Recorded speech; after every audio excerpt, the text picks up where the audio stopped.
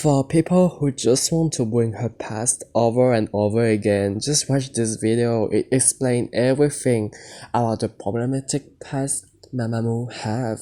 And now, let's get into it. And let me speak! Not long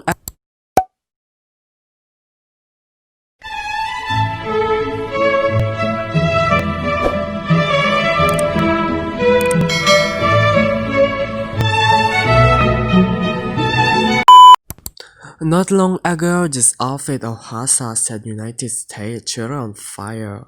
Some people said it's a cultural appropriation, it's a Nigerian traditional clothes. She attempted to dress in a weird way to scare people, according to previews of the next episode of I Live Alone.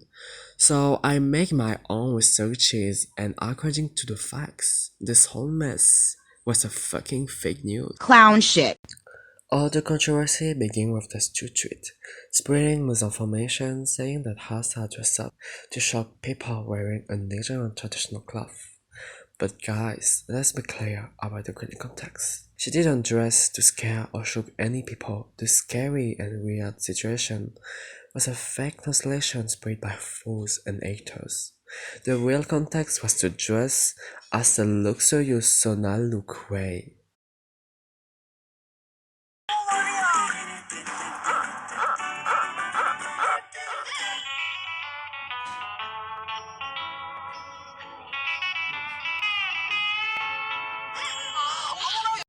And this is what Hwasa want to do in a luxurious way. I literally asked some Nigerian about this controversy, and some of them said it's not even Nigerian, and I find that, and I think it's pretty accurate.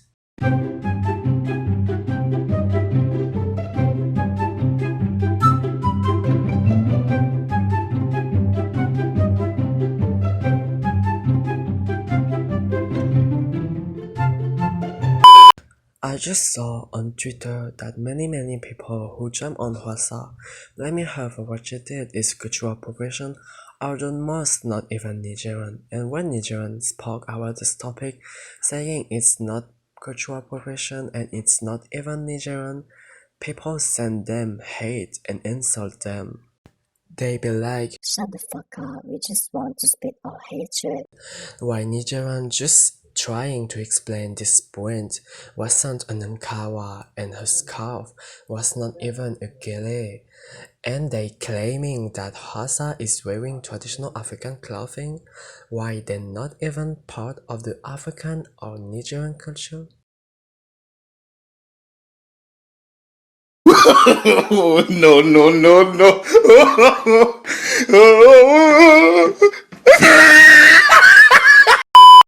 Next.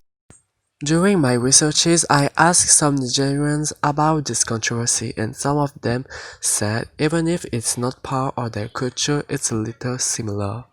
And I will explain why. Let's see this controversy with a Malaysian perspective. So, between these two attire, which one is more similar to Hwasa dress? As you can see, the baju kelawar is way more similar to Hwasa dress than the Nigerian dress.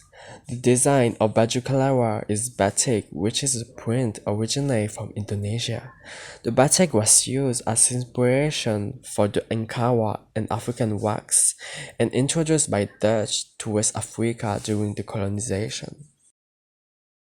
African wax print actually came from the Netherlands in the second half of the 19th century, fueled by industrial revolution and colonial expansion. New markets opened on the Dutch East Indies, now Indonesia, as well as Africa. With the Netherlands securing its presence in Java, its textile company began competing with the local artisanal batik technique, producing their own cotton print. The Dutch wax print, however, bombed as the Dutch dye created crack, so new markets have to be found.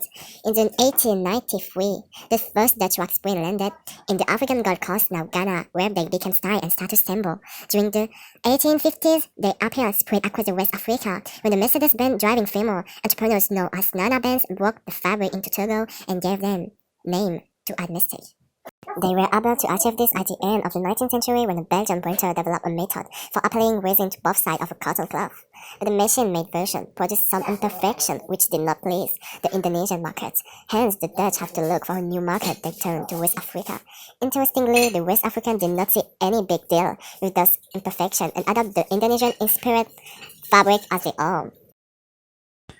As she said, it should be Southeast Asian who should be orphaned by that, but most of the Southeast Asian are just happy that Mamamoo wear traditional clothing. Now I have shown you how complex is the cultural thing, the Nigerian and Malaysian perspective, that the Hwasa dress is not made of Nigerian print but have some similarities with the batik. But what is she really wearing? What she wearing actually was a Korean fabric made of Korean needle. According to the description of the dress, it can wear in a casual way, like it said. If you're looking for sheen and silky feel, then often Korean Nida or Nida satin. But if you are looking for breathable and comfortable fabric, then use Nida Matte, which is actually a BSY fabric. It is very comfortable, lightweight, easy to carry, and has a great fall.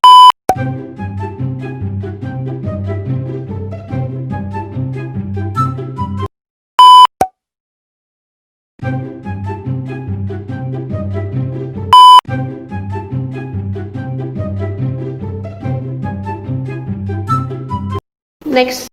So, are you going to blame Hwasa for wearing Korean fabric? Absolutely fucking not. I don't ask you how to feel or what to think. Nobody searched any excuses for this controversy or what you have done. I am just explaining the whole situation. If you don't want to accept her apologies for what she have done in the past, then it's your choice. We don't have any problem with this. But just try to see with another perspective than yours over split hatred for something mistranslated. People just literally use this confusion to fix their own narrative which gonna benefit them. To the army once Obling and etc. who said It's a reason to stand BTS, Blackpink, Twice, and etc.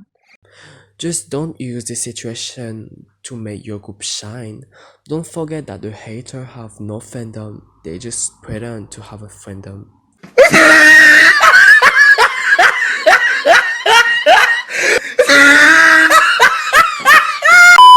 But as I said in French, ne faites pas d'amalgame. This army wants Blink and etc. don't represent the whole fandom. Not everybody is the same. Just like every fandom have their toxic fan. I just want to say to them, just don't pretend yourself to be against the racism or the cultural appropriation things, while in reality you do not even care. They just search any occasion to manipulate and spread their disgusting hatred. Like I just literally see Akon dedicate to hate on Hwasa in the toxic Twitter. Don't hide yourself under a mask of hatred. Don't you understand the hatred that you possess have already made you ugly? Do you seriously think Hwasa can't stand your hatred that you constantly send? Do you seriously think she not enough strong to avoid your hate? Maria was the second album of Hwasa, talking about her insecurities about another personality of herself.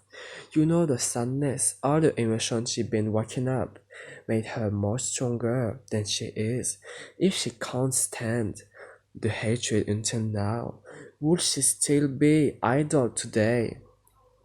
But as long as we know that a human can be invisible, as long as we know that humans have their own limits, we're gonna defend them. As long that they share their feeling, their song, their strength, we will make this emotion stronger than they will give it to us.